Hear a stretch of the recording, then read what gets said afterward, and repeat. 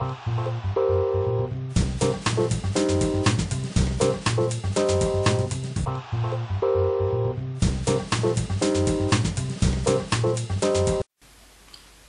à tous et bienvenue sur votre assistante le blog.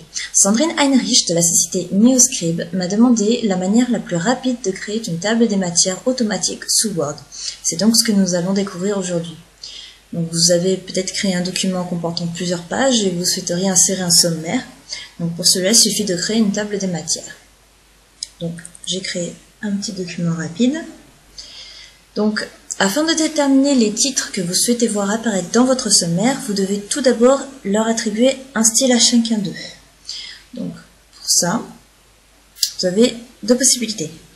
Soit vous sélectionnez vos titres, donc par exemple, je veux que accueil, article, coaching, qui suis-je, demander un sujet d'article, proposer un article, espace membre, contact et mention légale soit du même style.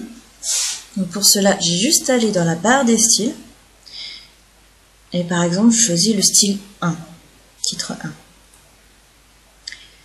La deuxième possibilité, c'est de créer votre propre style. Donc pour ça, la même chose, vous choisissez un style et ensuite vous allez dans modifier les styles et là vous avez jeu des styles, donc vous pouvez le survoler, ça se modifie automatiquement. Tant que je n'ai pas cliqué, ce n'est pas effectif. Je peux aussi changer la couleur, la police et l'espacement de paragraphe. Voilà. Donc, cette possibilité vous permet de rendre le style entier de votre document plus harmonieux. C'est-à-dire que si vous choisissez par exemple cette couleur-là, ça mettra les autres sous-titres avec les couleurs qui s'harmonisent le mieux selon le thème que vous aurez choisi. Alors après, vous avez une dernière possibilité que je trouve plus simple. C'est simplement de sélectionner vos titres et de choisir directement le style que vous voulez leur attribuer. Mais bien sûr, tout en ayant choisi titre 1 par exemple au préalable. Donc je l'ai vu comme ça, peut-être bleu. Donc ensuite, il ne faut pas oublier de changer les autres titres. Donc pour ça, vous faites reproduire la mise en forme. Et pour éviter d'avoir à faire ceci, etc.,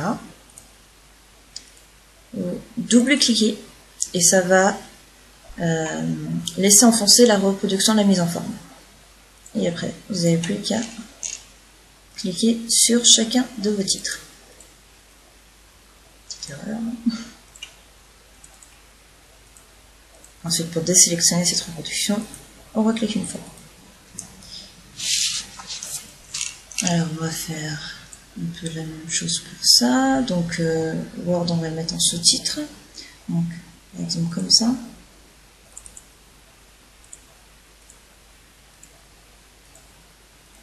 Voilà. Et peut-être mettre un dernier titre, le titre 3. On va peut-être le mettre en vert, comme ça sortira bien. Voilà. Comme cela.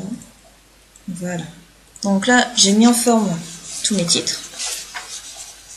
Il ne me reste plus qu'à insérer ma table des matières. Donc, je me positionne là où je souhaite insérer cette table des matières. Et je vais dans Références, table des matières. Et là, j'ai 3 styles de table prédéfinis.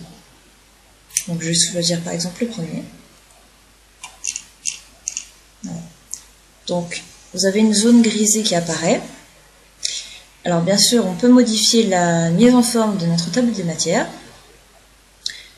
Donc, voilà. Des fois, ça peut un peu ramer, mais ça fonctionne.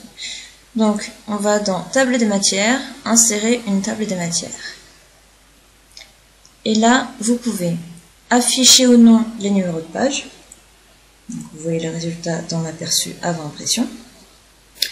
Aligner les numéros de page à droite ou les coller au titre.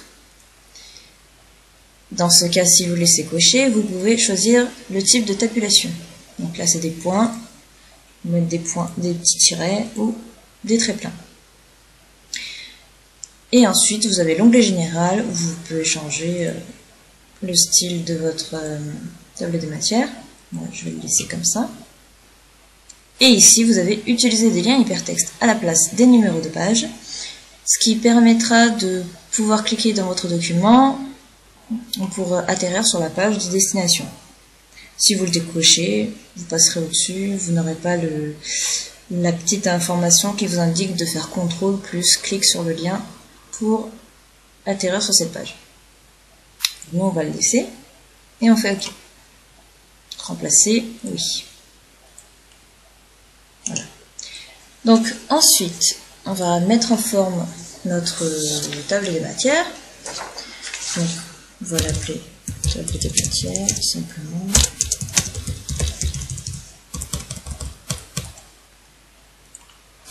Voilà. Et ensuite, on peut changer. Je le veux pas en italique, ou alors je le veux en rouge par exemple. Après, il faut que ce soit un peu harmonieux, donc n'oubliez pas de changer le reste. Donc, tout comme ça. Voilà. Donc, après, vous faites pareil pour le reste. Si vous changez votre document, il se peut que vos numéros de page ne soient plus les mêmes, ou que vous ayez carrément changé les titres. Donc pour cela, vous avez juste à cliquer sur mettre à jour la table des matières, ou dans références, mettre à jour la table. Vous avez une petite boîte de dialogue qui s'ouvre, vous allez mettre à jour les numéros de page uniquement, ou mettre à jour toute la table. Alors mettre à jour les numéros de page uniquement, comme son nom l'indique, ça ne va changer que les numéros. Alors il faut faire très attention si vous allez changer les styles de vos titres, parce qu'ils risquent de plus les reconnaître. Si vous avez changé les styles, les titres, etc., vous cliquez sur mettre à jour toutes les tables et vous faites OK. Alors, il peut y avoir un petit souci, c'est que ça perd parfois la mise en page. En ce moment-là, il y a juste à remettre comme c'était, mais rien de bien grave. Vous voyez, j'ai bien mes pages 2, mes pages 3. Si je regarde, j'ai bien page 2. Non, ça c'est la page 3, pardon. La page 2 est ici, puisque notre table des matières prend une grande partie de la page 1.